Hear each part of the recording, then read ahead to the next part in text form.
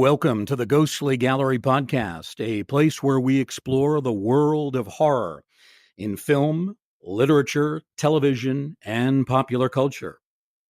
Well, greetings, everybody. Welcome to the program. My name is Bruce Markison. As always, I'm joined by producer and co-host Tracy Asteria. Tracy, welcome to the show. What is new with you? Not too much, Bruce. I am enduring another heat wave here in Nova Scotia, but besides that, I'm doing excellent. How's everything with you? We are sweltering here. I expect to lose 3 or 4 pounds during this recording over the next hour. No air conditioning in the home studio, which is actually my dining room, but we'll get through it. And joining us today is a returning guest, one of our real friends, somebody that kind of inspired me to do this show to begin with, and that is Edward G. Pettit. Edward is the Sunstein Senior Manager of Public Programs at the Rosenbach Museum and Library located in Philadelphia. It's a great place. If you've ever been to Philadelphia and have not gone there and are planning to go again, definitely stop by the Rosenbach. They've got some great stuff there. Edward's the man who created the very popular online programs, Sundays with Dracula and then Sundays with Frankenstein, and more recently completed Mondays with Sherlock, an exploration of the many stories of the great detective as created by Sir Arthur Conan Doyle. And Ed's going to be doing another online show for the Rosenbach starting in early September. He'll be putting the lens on Robert Louis Stevenson's classic, The Strange Case of Dr. Jekyll and Mr. Hyde. And then a bit later on, as we get more toward late fall and early winter, Ed will then be talking about A Christmas Carol, Charles Dickens. Ed, welcome to the program. It's great to have you back on after several months have expired since our first visit. Thank you so much. I love being on this show. What a great podcast, you guys.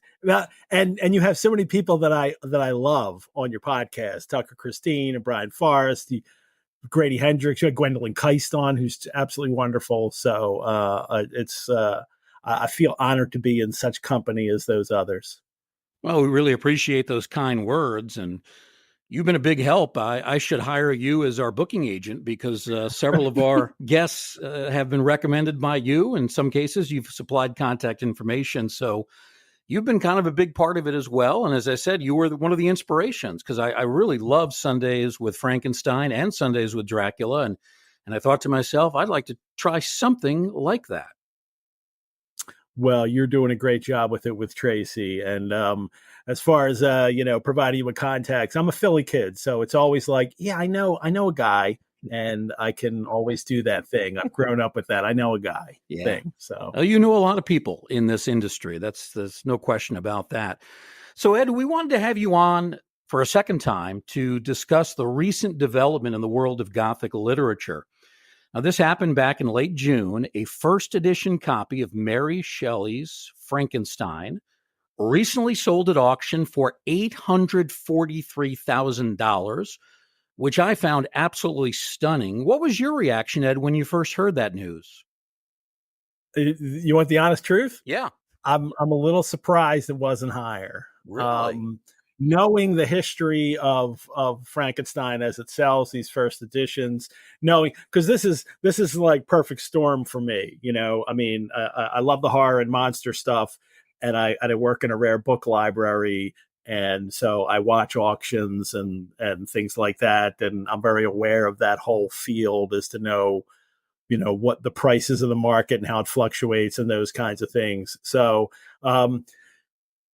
yeah, a little, but I wasn't totally surprised because there have been other auctions very recent. There was one just before them with Poe's Tamerlane, Poe's first book of poetry that had sold. There's only 12 known copies of it, and it went for a lot lower than I thought it was going to go for. And I thought it might cross the million mark, and I think it was a little over 400,000. It's always hard to predict the book market because basically a book will sell for as like why did that copy of Frankenstein get 843,000? Because that was the least amount of money, or that was the least amount of money some one person was willing to pay for it. Yeah. Like it could have been higher if somebody else wanted it, and it could have been lower if that person wasn't willing to go that high. So it's the market really fluctuates. And what's interesting is that over the last several years, the rare book market's really gotten out of hand, in that it kind of shuts out places like, rare book museums from competing with these, not just individual collectors, but sometimes with kind of investment groups who are buying up rare books because of their value. And but I'm watching this year and thinking that, maybe there's going to be a little lull for a bit. So I say that because there was a copy of Frankenstein that Christie sold in 2021, just 3 years ago, and it was a first edition, uncut pages, just like this one was, which is really rare to find. I mean, it's like you found a first edition uncut pages. That means that no one ever cut the top page edges to read it,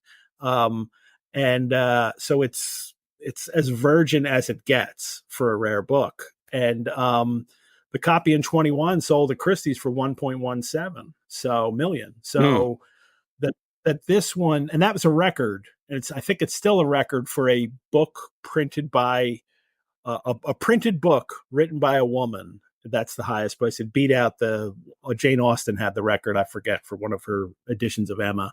And that this copy that just sold was from the William Strutz Library, which is a great collection. And there were great other books in that collection too. A great Gatsby with a beautiful dust jacket still on it, and a bunch of others. But this copy had pink boards. Like the cardboard covers of it were pink, and that was really unusual. There's a couple others we know of, and we're not even quite sure why some of these first editions had pink boards. I guess they had some of them lying around when they were putting the book together after the pages were printed, so they just used them, maybe using up stock or something like that.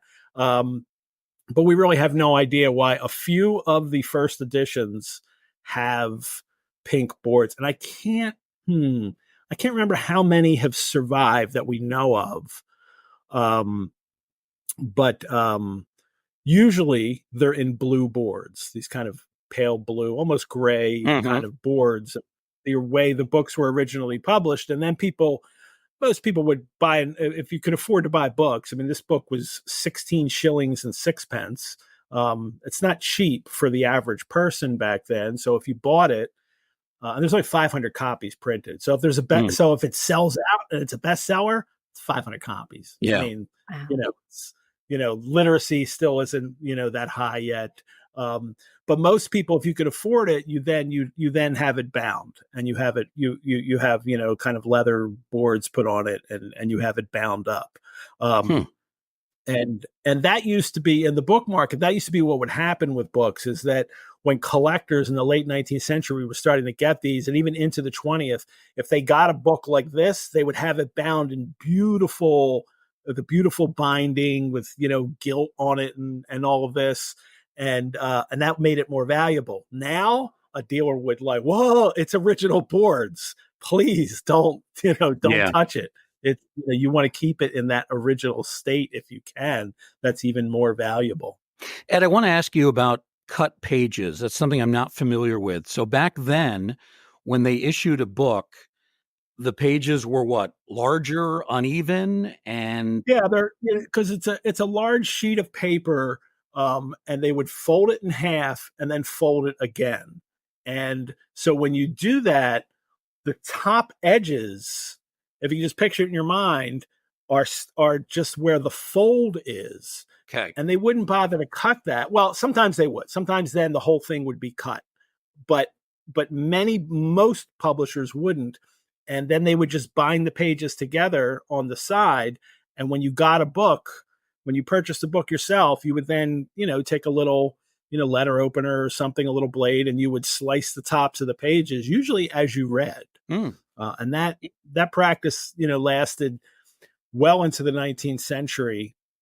And then now still custom, like you can find some fine press books that will still do that.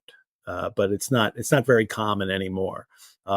It's always wonderful. I can recall moments in a library, even in a university library, coming across a book and like, ooh, and I know no one's ever taken it out because you can just look at it like it's a really obscure thing, and I'm really happy to find it. And then it's uncut, and I can't believe that it's uncut in a library. I can't believe that no one has ever read this book.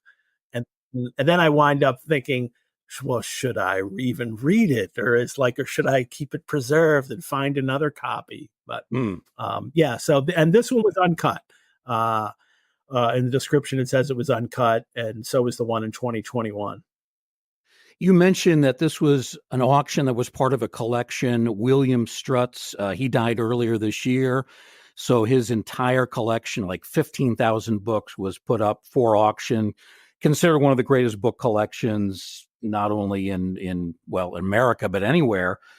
Also, you mentioned The Great Gatsby was part of this, a first edition. Yeah. That sold for, I think, $425,000. So about half of the Mary Shelley first edition. Yeah. And, and that's not I don't think that's not a low or a high price for a book like that, for The Great Gatsby. I think that's about what it gets. It's very sought after, the first edition of The Great Gatsby, with the dust jacket, with that beautiful artwork on the dust jacket with the eyes and the blue sky overlooking those, stores that are there. That's a very well sought after dust jacket for a first edition. So they tend to go higher. Yeah. One of the interesting things in tie-in for me seeing it, the Rosenbach, is that in that Frankenstein copy in the Strutts library, on their title page, there were, I think, there was a couple owner names written in it, and then also a couple book plates. And one of the book plates was Jerome Kern. So this book was actually in Jerome Kern's collection. Jerome Kern was a very famous songwriter, early 20th century. He wrote the musical Showboat. He won a couple Oscars. Sinatra had a big hit with one of his songs, The Way You Look Tonight. But Kern was also a big book collector and a frequent customer of Dr. Rosenbach. And we have lots of records with Jerome Kern. Sometimes Kern wasn't that quick on paying his bill. And so we have letters in our collection saying, like, you still owe us a few $1,000s for these books you just purchased. But when Kern then decided he was going to auction off his collection, that he just decided he didn't want to care for a collection anymore in 1929, it was a huge auction, big news. When just like this one happened, I mean, it was, but this time it was just in all the newspapers. And Dr. Rosenbach rebought some of the books from him, some books that maybe he had sold him or just others. And I suspect that's where this book went, in that 1929 Jerome Kern sale. And then eventually made it to William Strutt's. But interesting. So we have many books in our collection at the Rosenbach that have the Kern bookplate. I always recognize it. It's got a little, Greek lyre on it because he's a musician. We have lots of those in our collection.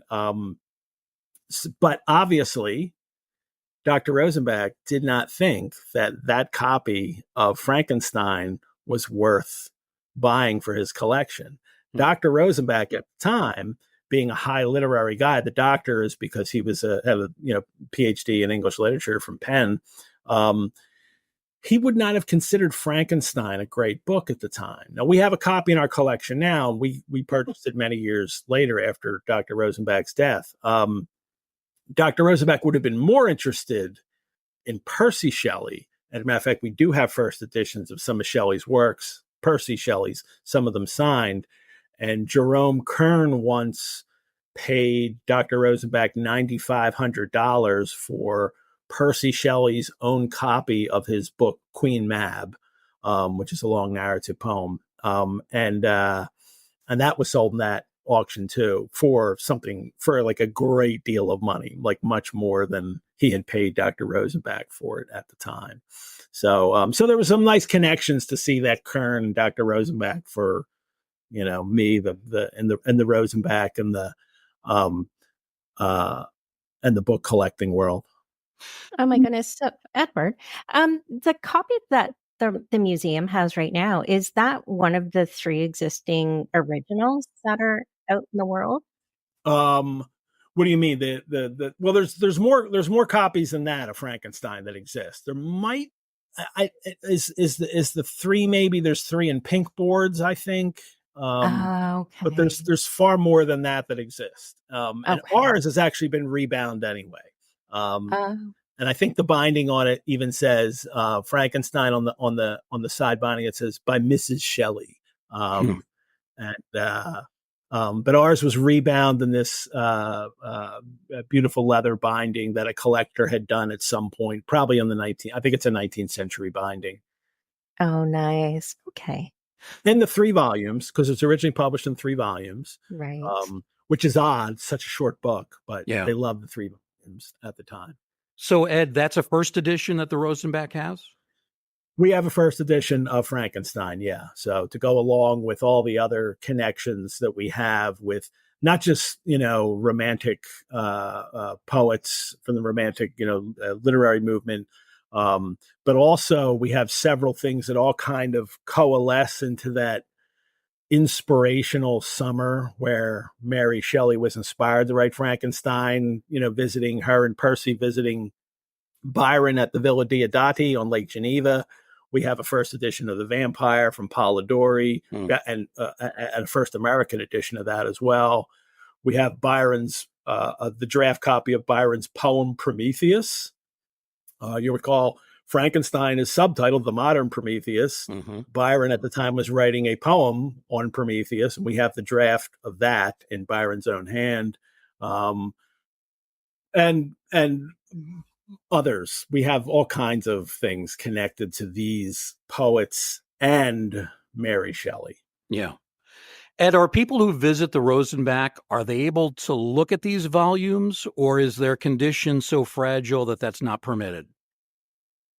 Well, there could be some books that are so fragile that, we kind of put them out for people, and then only, a librarian or someone on staff will actually handle it.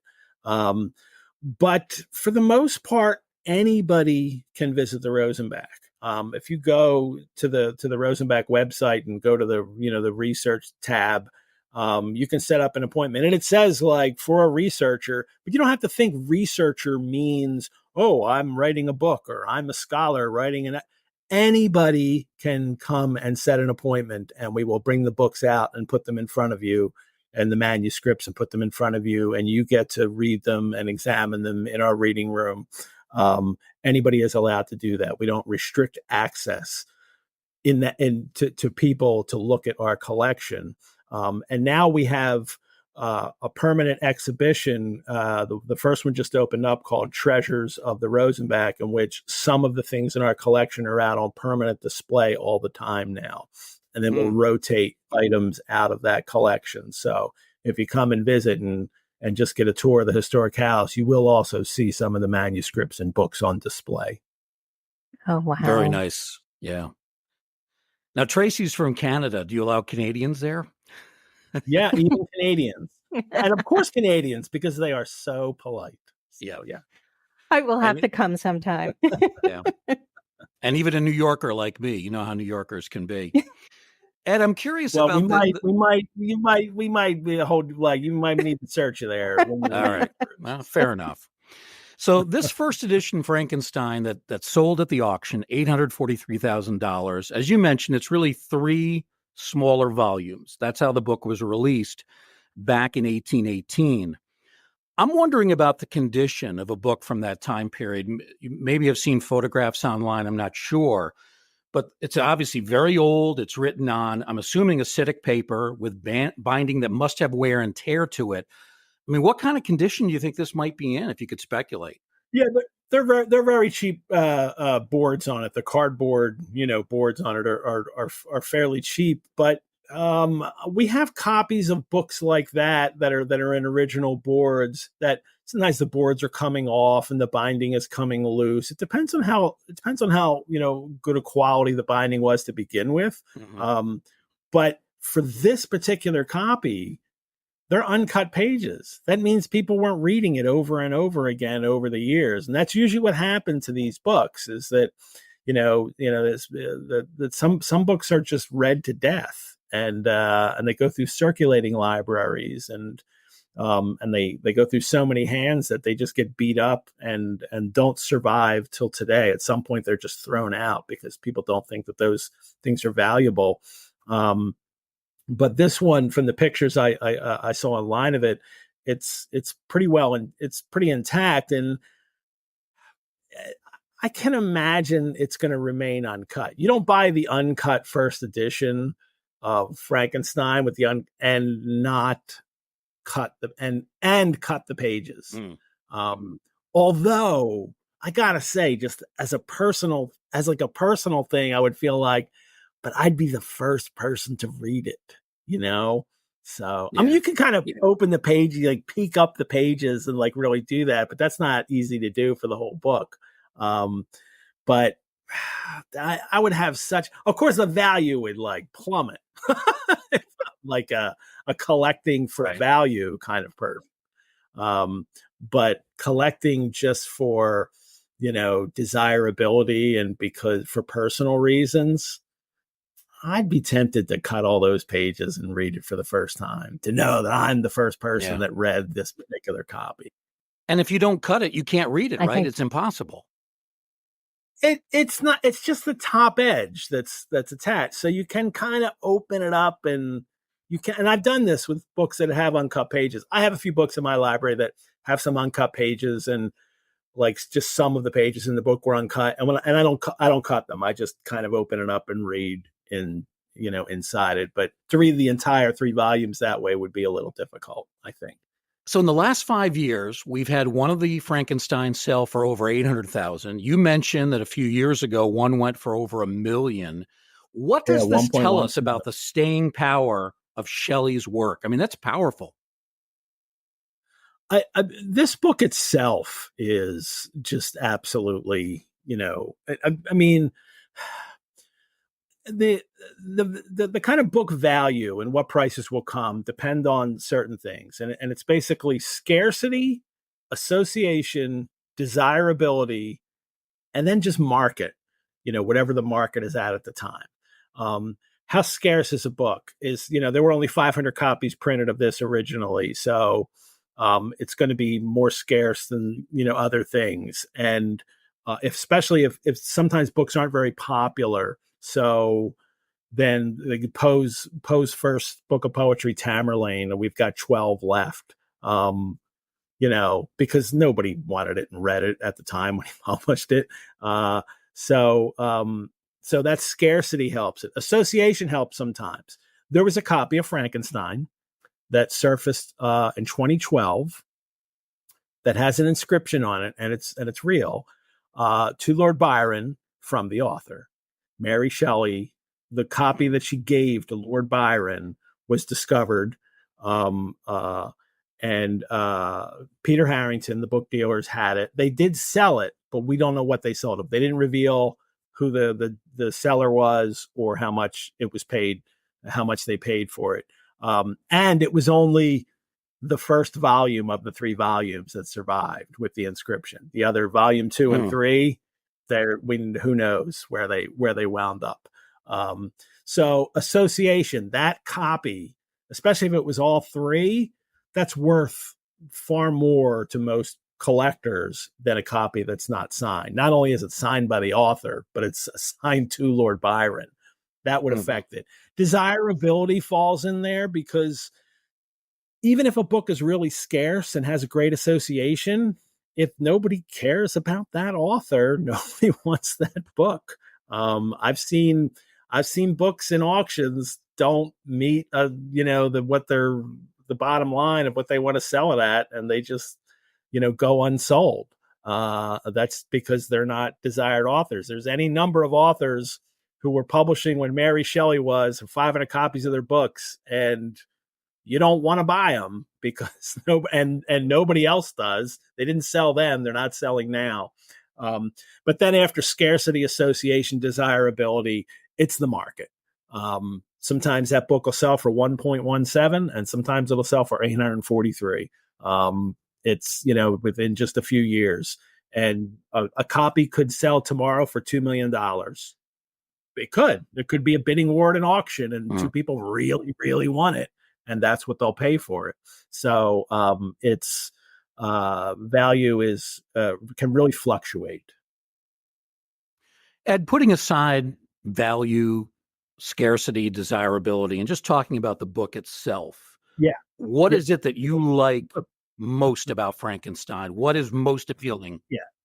That's what I do really for a living. I mean, all this talk about, I don't buy books. I'm not, in collections. I don't do that kind of thing.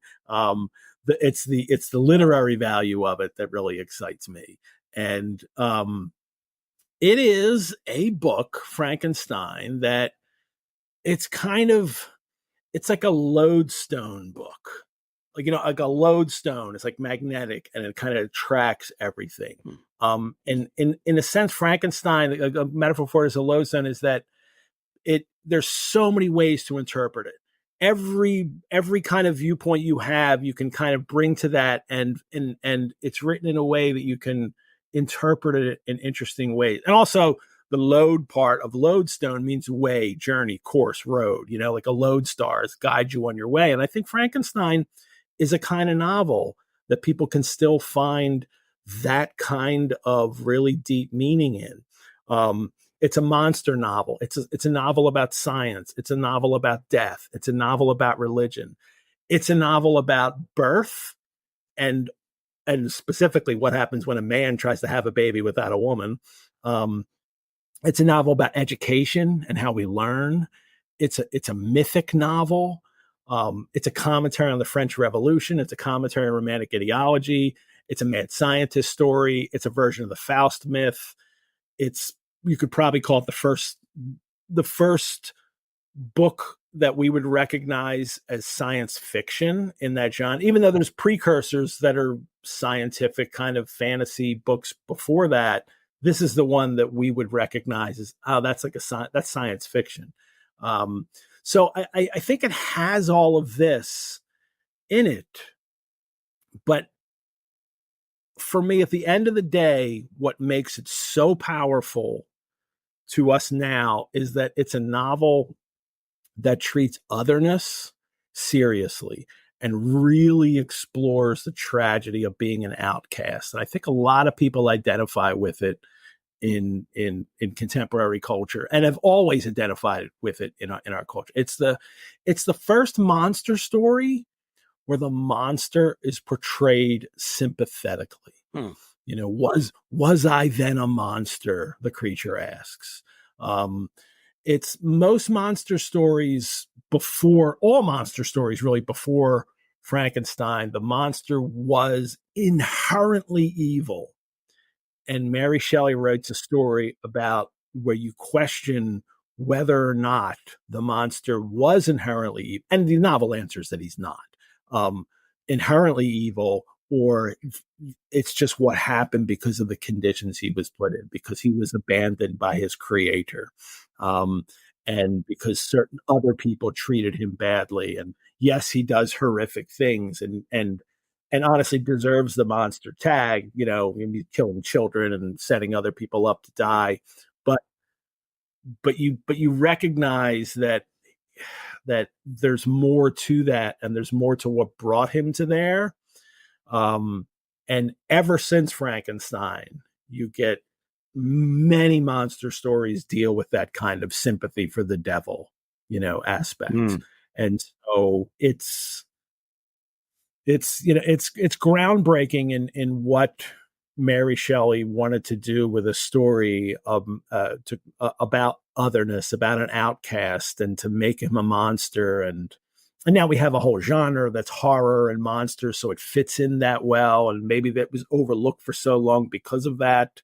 And now we can recognize it as just a great work of art that it's also about monsters, but it's about these other core things that we still deal with as humans. Ed, with a book like Dracula, my favorite chapter is The Voyage of the Demeter. It's just riveting to me. How about in Frankenstein? Do you have a favorite chapter in that, or a section of the book? I love the scenes where where the creature and Victor meet. When they meet at first and they meet towards the end, and this clash between the creator and the created, and the remember the inscription, or there's a epigraph in the beginning of the book for that Mary Shelley pulls from Paradise Lost, which is, did I request thee, maker, from my clay to mold me man? Did I solicit thee from darkness to promote me? And that's from Adam questioning, God. They're like, I didn't ask to be created, and now I've got to, deal with, all this stuff as a human. But it's also the questions that kind of Satan puts towards God in Paradise Lost as well. And the creature will not only compare himself to Adam in Paradise Lost, he'll also compare himself to Satan in Paradise Lost, rebelling against this tyrant God. And so those scenes with the creature and Victor together really, encapsulate that for me. I don't know. I love the scenes with the family he finds, the DeLacy family, in the middle of the book too, where the creature's just watching them and learning, and then it just breaks your heart when they finally see him and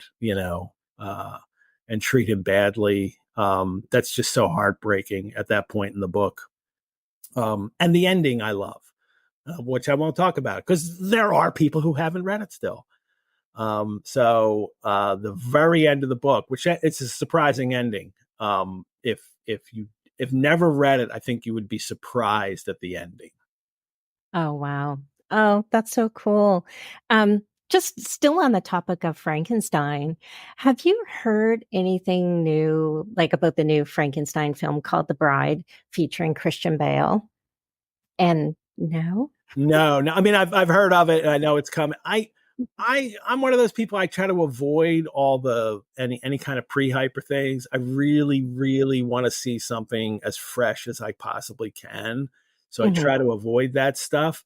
But I know that's coming out and I'll want to see it. And also Guillermo del Toro is finally making his Frankenstein film. That's right.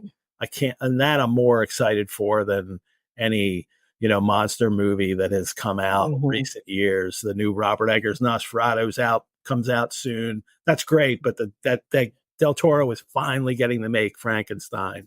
That's the one I really, really want to see. Oh, Del Toro, he is incredible with the works that he does. So I think that one would be pretty exciting to see as well. Absolutely. And he loves it. Frankenstein is his favorite. He's always wanted to do it. There's little parts of it that kind of pop up in everything he does in a way. And he's also a brilliant filmmaker. So it's just this perfect world. I can't wait to see it. If anything, it will be interesting to watch, even if he fails. Well, exactly. And there's always so much hype attached to these movies too. So I'm anxiously awaiting just to kind of see what feel they give off, I guess. It makes me wonder, Ed, if we're going to see another truly great Frankenstein adaptation, and maybe it'll be Del Toro, who has a great track record. It seems like we've never really had anything that quite matched what Boris Karloff did with those three movies in the 1930s. Yeah, it's the Universal James Whale Karloff Frankenstein is still the greatest Frankenstein, and there's there's always, other versions that there's pieces in them that are interesting and enjoyable, but no one has ever made a film as powerful about the Frankenstein myth as that. And then especially if you couple it with Bride of Frankenstein, I just kind of consider they're the same. Like it follows so quickly and it's still so great. But if anybody's got a shot at it, it's Del Toro. So. And how much of a factor do you think it is that, Universal has put copyright restrictions on the way that their Frankenstein monster looked? And nobody has really been able to replicate that other than, a comedy show like The Munsters with Herman, who looked a lot like Frankenstein, but that was obviously not horror per se. It was more comedy. Do you think that's been a big factor in why there really hasn't been a terrific, iconic Frankenstein? Because we just don't see anything that looks like Karloff or Chaney or Glenn Strange did back in the day. Yeah, I don't think that's a part of it, because it was the uniqueness of that helps make that film, look so great. And you can't tell me that someone can't come up with a unique design that, could also, as if it's in a great film, also become, iconic and people would really remember it. Universal just invents all of that. I mean, the entire movie is almost nothing to do with the novel. So if you're going to adapt like that, then you've got free reign to do what you want. And yeah, I mean, it's Universal's property. They should, it's tough with that kind of visual property and things like that for, I think to say that people can't use that kind of thing anymore. But what it did was that because you couldn't make a Karloff like Frankenstein outside of Universal for all those decades, other filmmakers had the opportunity to invent something new and great, and well, they failed. I mean, I really like, The Curse of Frankenstein from Hammer, but the Christopher Lee makeup and that kind of creature, it's not great. It's not that memorable. No. It's just a little bit gross. And over the years, all the different versions, they never quite do something that is so, arresting as that. It's Jack Pierce, it's the makeup man. Jack Pierce was an utter genius, of makeup design. And that's why it's looks so great. It's because Jack Pierce made it that way. And maybe we've had other great, special effects designers over the years and makeup designers over the years, but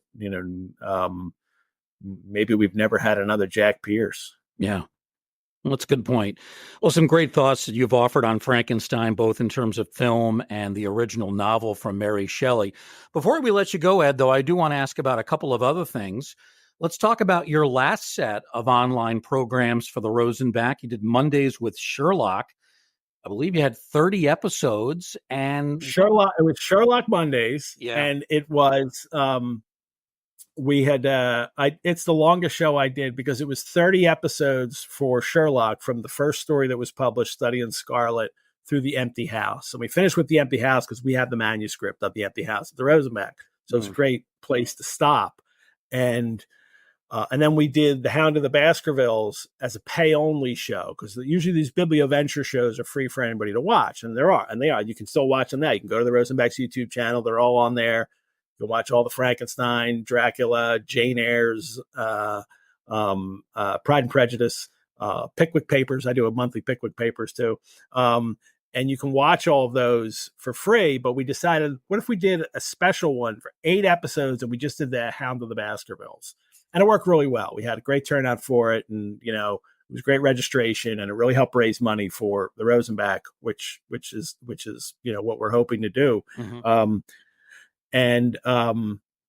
but so really it was 38 episodes. Like, Wow. that's a lot of Mondays. I'm live. Every show's live. I don't do like you guys. I don't get to go take it in the room and fix all the no, I'm live.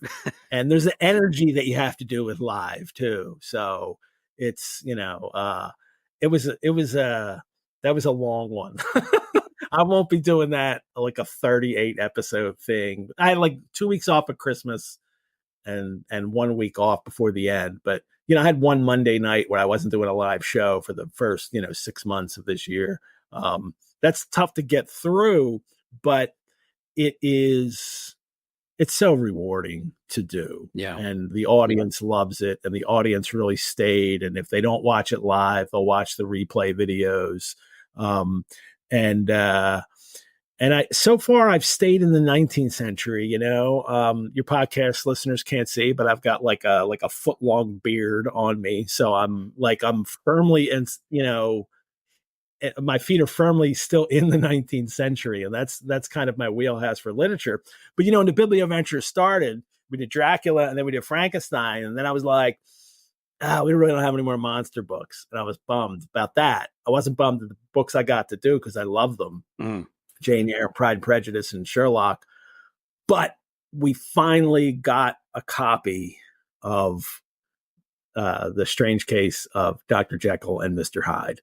We got a true first edition because it's actually the American version. It's actually the true first because it came out before the British, before the London. And we got a copy of that. And so now I can do Jekyll and Hyde, which I'll do in the fall. And it's it's a really short book. It's barely a novella. So we're going to do it in 6 episodes. And I've paired it with A Christmas Carol, which is a ghost story. And that's even the subtitle, a Christmas ghost story. A ghost story for Christmas, or is it? Yeah, well, it's Christmas Carol, a ghost story. Yes, I might have that wrong, but it mentions ghosts, and it's about ghosts, and it's a little scary, and so we'll follow that with 6 episodes leading up to Christmas. But I'm calling the whole season Monsters and Ghosts. Nice. So it'll be great to do these, and Jekyll and Hyde is it's one of my favorites. It's that these books that really took monsters in the 19th century and cast them in new ways. The old Gothic monster was a creature from the past, and it was kind of outside of your control, and it was supernatural. And then you get in the 19th century, you get people like Mary Shelley with Frankenstein, where he's creating the monster. And with Robert Louis Stevenson, the monster's literally inside you. It's not even like a threat from, the surrounding area. It's inside you and comes out and takes over. So it's an extraordinary jump in how people kind of thought about evil inside of us and how, that was portrayed in an age that was moving away from, earlier religious beliefs and was really developing and embracing scientific ideas. And it's a new way to see evil. It's kind of evil through science, in a sense, is how it winds up, coming out. That'll be a lot of fun to talk to. I'll have a different co-host every week, and we'll show copies of our book, and it's always a fun thing to do. And I'll have a cocktail. There'll be a new cocktail for every episode. So. Oh, cool. Yeah, we look forward to that. We're going to have you on early September to do a full preview of both Jekyll and Hyde and A Christmas Carol. So we're going to commit you to a 3rd episode on our podcast. But before I let you go, I did want to ask one more question about the Sherlock program. One of your rotating guest hosts was Curtis Armstrong, and that's the actor best known for playing Booger in Revenge of the Nerds. Tell us about how that came about. Curtis is actually a well-known Sherlockian within those communities. He belongs to lots of scion societies. He's a collector of Sherlock and Arthur Conan Doyle himself.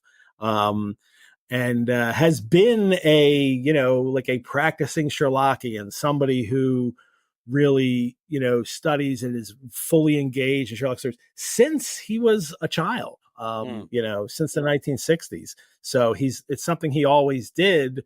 And he's also, and he's a member of several Sherlockian groups. And one of them is a Philadelphia group that I'm also a member of, the Sons of the Copper Beeches.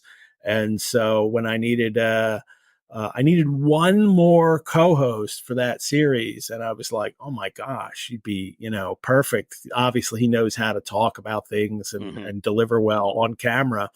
So I asked Curtis to do it, and we didn't make one booger joke the whole run through. Although I was always, prepared for it to come, and it's fine, and he's totally okay. Like, it's not like he tries to hide that. He loves that fact. And, yeah. In fact, he was earlier this year out celebrating. It was the 40th anniversary or something like that, or Revenge of the Nerds. He was going to conventions to celebrate that himself. So he's brilliant and a lot of fun to talk to about Sherlock. I am actually going to continue Sherlock, even though this Biblioventures weekly series will start in the fall. I've decided that I have to do the rest of the Sherlockian canon, the other, 20, 30 stories or however many it is. So we're going to start a show. It's going to be called Sherlock Monthly, and it's going to start in November. And we're going to pick up the last story that, the next story that we do them in publication order. And we're going to do one story a month. And again, I'll have a different co-host every month. So it'll just be once a month for that show. It'll take me about 3 years to finish the canon, but once a month. But hey, that'll be great. I'll still get to talk about Sherlock once a month. They're a lot of fun. So, and sometimes scary. There's a couple Gothic scary ones like Speckled Band and Copper Beeches. There's also the Sussex Vampire, where Sherlock is asked to investigate a vampire. So. Interesting crossover. You're going to be very busy, it sounds like, which is good for all of us who have been entertained by you. All of these programs, the continuation of Sherlock, the Robert Louis Stevenson classic, Jekyll and Hyde, and Charles Dickens' A Christmas Carol, all these online programs, you can find them at the Rosenbach website. Is that rosenbach.org? Yeah, rosenbach.org, but it's easier to find all the programs on YouTube. Look up Rosenbach Museum on YouTube, and you'll find our YouTube channel, and you can see all the episodes for these. Our guest has been Edward G. Pettit, one of our favorites. He's the Sunstein senior manager of public programs at the Rosenbach in Philadelphia, the man who created Sundays with Dracula and Sundays with Frankenstein, really got all this online stuff started. Ed, thanks as always. It's always wonderful to talk to you. Thanks, guys. It's been such a pleasure. Thank you, Tracy, too. I love talking to you guys. Anytime, I'm always happy to talk monsters. Absolutely. We appreciate it as well. We'll take a short break, and when we come back, Tracy and I will have a tribute to the late Shelley Duvall.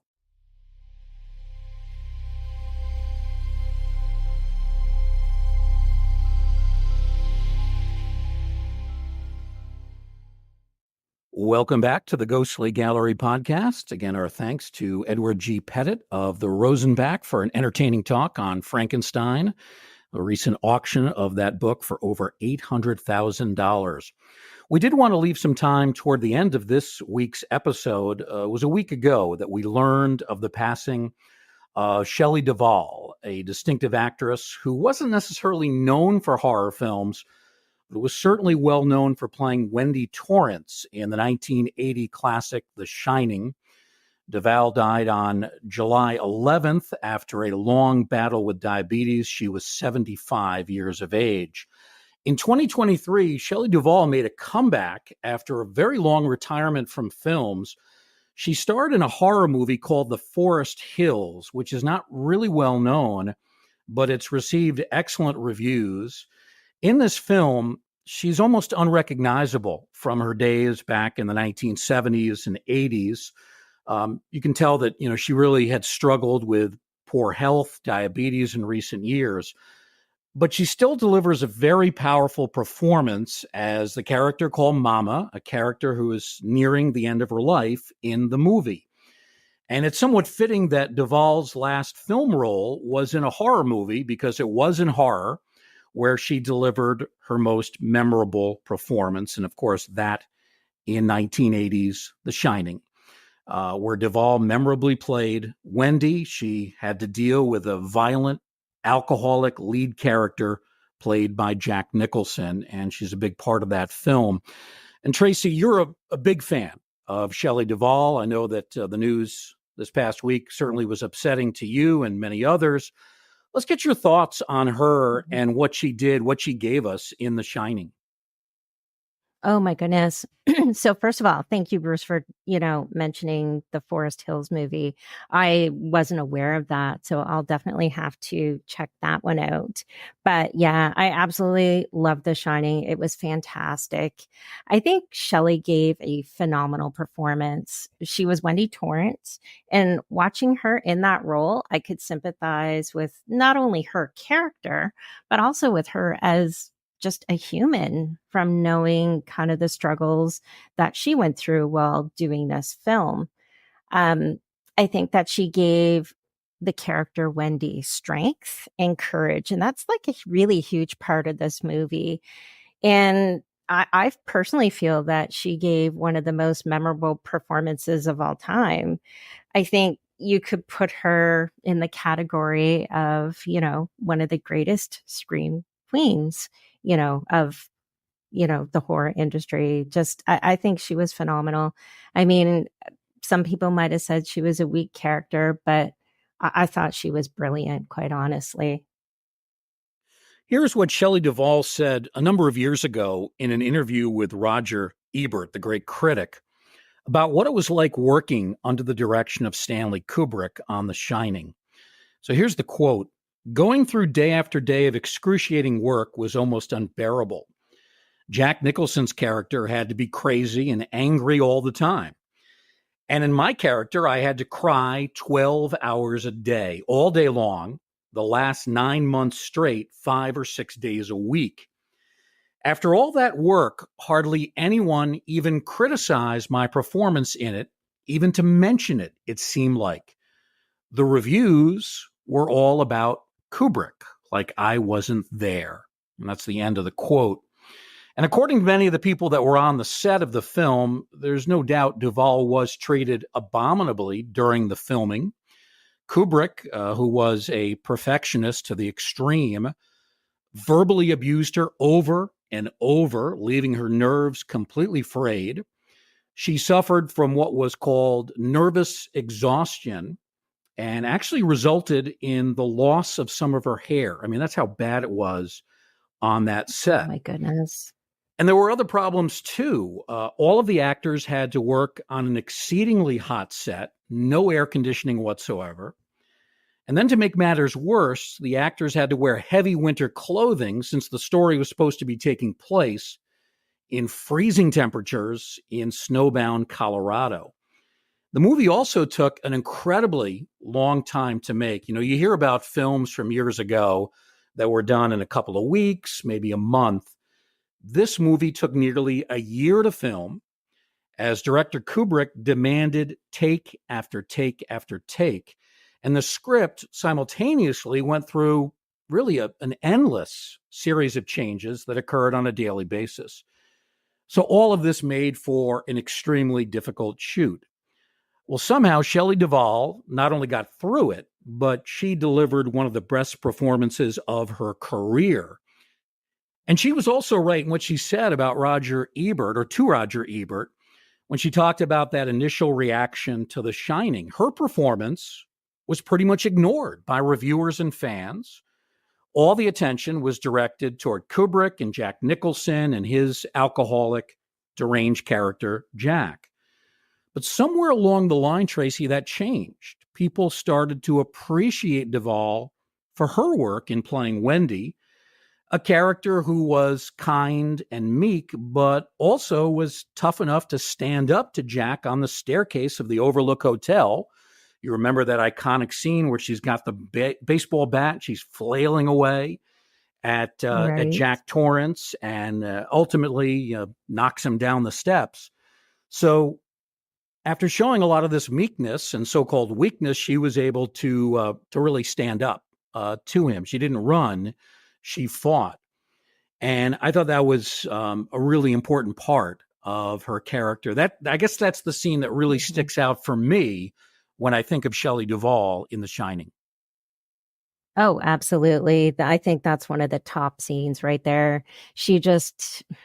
Her performance was just amazing, and she basically brought the audience right with her. Like you could see her point of view for that entire scene. I thought it was incredible. It was bone chilling, actually.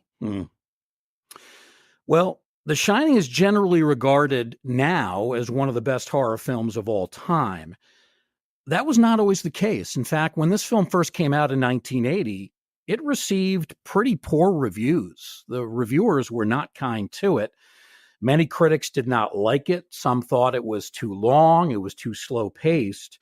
But much like the performance from Duvall, appreciation for the film has grown over time, so much so that now The Shining is legitimately considered a classic. And I think it deserves to be put into that category. And there's no doubt that Shelley Duvall deserves a good part of the credit for that. So we wanted to take some moments to remember Shelley Duvall, a very interesting actress.